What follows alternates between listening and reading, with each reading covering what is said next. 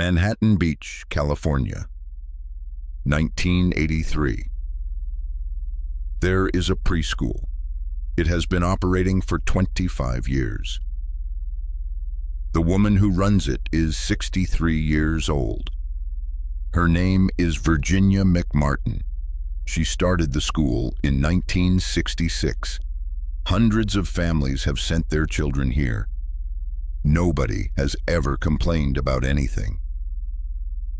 In September 1983, a woman named Judy Johnson writes a letter to the Manhattan Beach Police Department. She says her son, who attended McMartin, has been abused. She names a teacher, Ray Bucky, Virginia McMartin's grandson. The police investigate. They find no physical evidence. Ray Bucky is arrested and released. No charges are filed.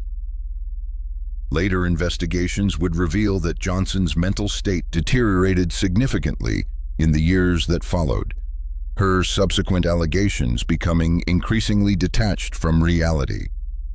That context matters because it shows how fragile this origin was. It doesn't change what happens next. Here is where it moves. The detective on the case makes a decision. Before any evidence exists, before any child has said anything, he sends a letter to every family whose child attended McMartin in the past decade, approximately 200 families. The letter names Ray Bucky. It asks parents to question their children about abuse. It lists specific acts and asks whether these things happened to their child. The police send the children to an organization called Children's Institute International, a nonprofit specializing in child abuse cases. A therapist named Key McFarlane conducts the interviews. Over the following months, she sees hundreds of children.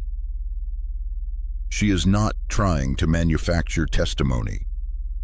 She is trying, sincerely, to uncover abuse she already believes has occurred.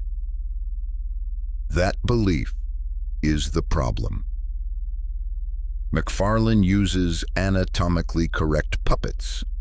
She asks children whether their teacher did things to them, not whether anything happened at all. When children say no, she continues. When they say yes, she responds warmly. Sessions are long. Children are interviewed repeatedly, some dozens of times. Over weeks and months, the stories grow.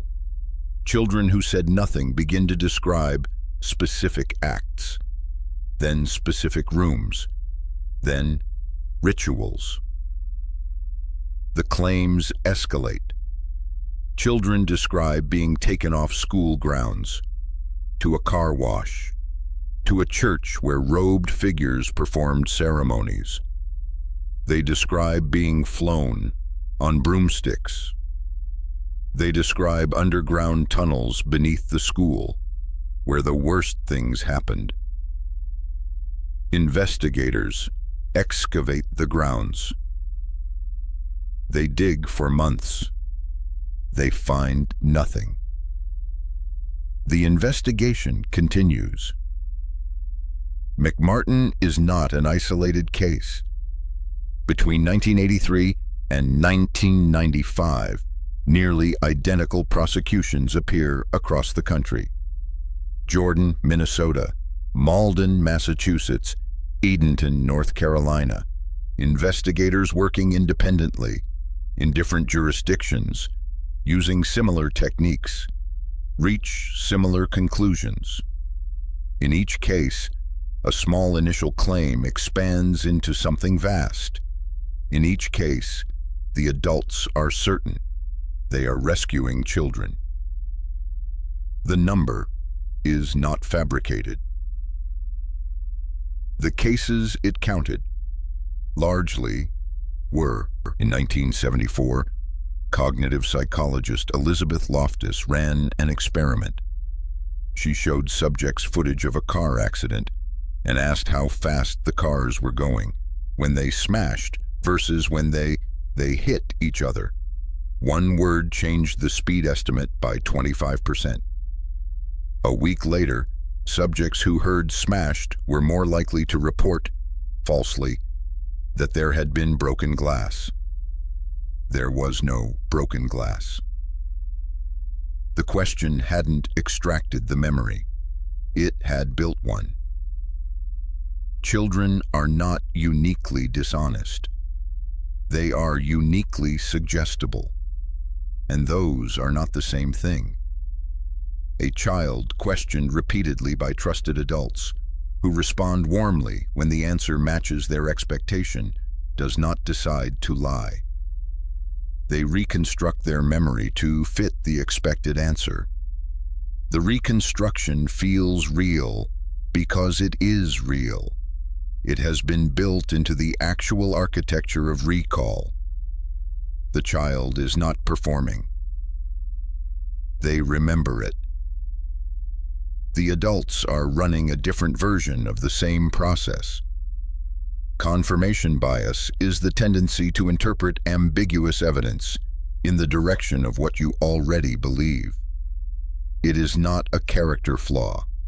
It operates automatically, below conscious scrutiny, and it is strongest under conditions of high emotional investment.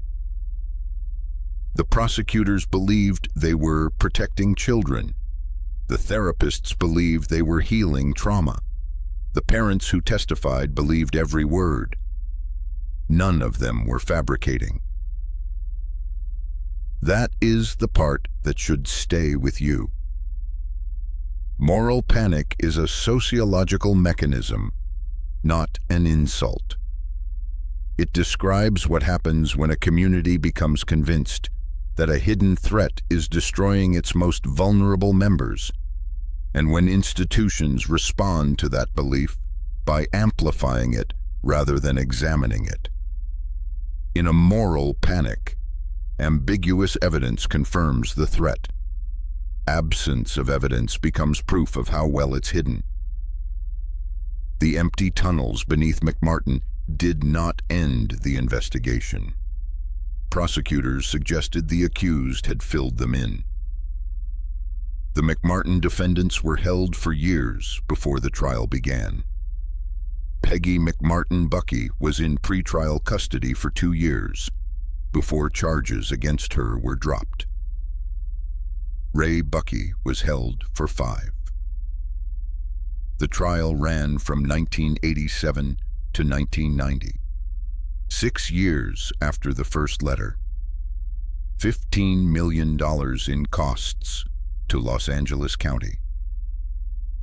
The longest, most expensive criminal trial in American history. The jury returned no convictions on any count. Not everyone walked out.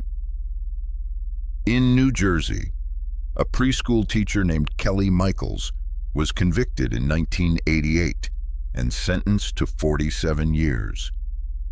She served 5 before her conviction was overturned, the court finding the children had been subjected to impermissibly suggestive questioning. In Massachusetts, Gerald Amiro was convicted and imprisoned for 18 years. His sister and mother were also convicted. His mother died, while her appeal was still pending. The wrongfully convicted are obvious victims. So are the children, who were subjected to months of interview sessions by adults who needed them to confirm a particular story. When researchers reviewed the interview recordings, the mechanism was clear. Children were told their friends had already told, when they hadn't. Children were told they were helpers, and that talking was brave. Children who said nothing happened were told they weren't ready to talk yet. The sessions didn't record abuse. They built it. When Elizabeth Loftus and other memory researchers testified in these trials, they described something the legal system had not absorbed: Memory is not a recording. It is a reconstruction. Every act of remembering is also an act of editing. A leading question doesn't just influence the answer, it can permanently alter the memory stored. Once a false memory is built, the person holding it cannot distinguish it from a real one. There is no internal signal that says, "This did not happen." Follow the chain back. A letter sent before any evidence existed. Interview techniques that reliably built false memories in children too young to resist them. Institutions, law enforcement, the courts, the psychiatric establishment, the national media, that amplified a belief rather than tested it. Prosecutors measuring success by conviction rate.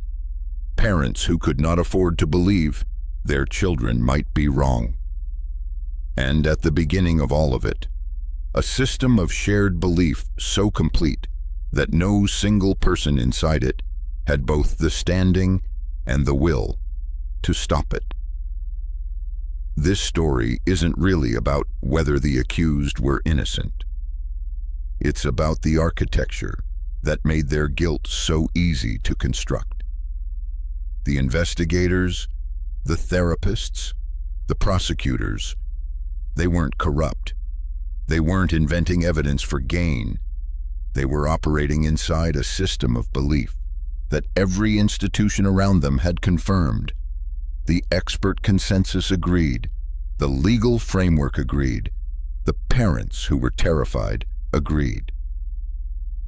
If you had been one of them, a detective in 1983, a therapist in 1984, a prosecutor in 1985, what would you have seen that would have told you to stop?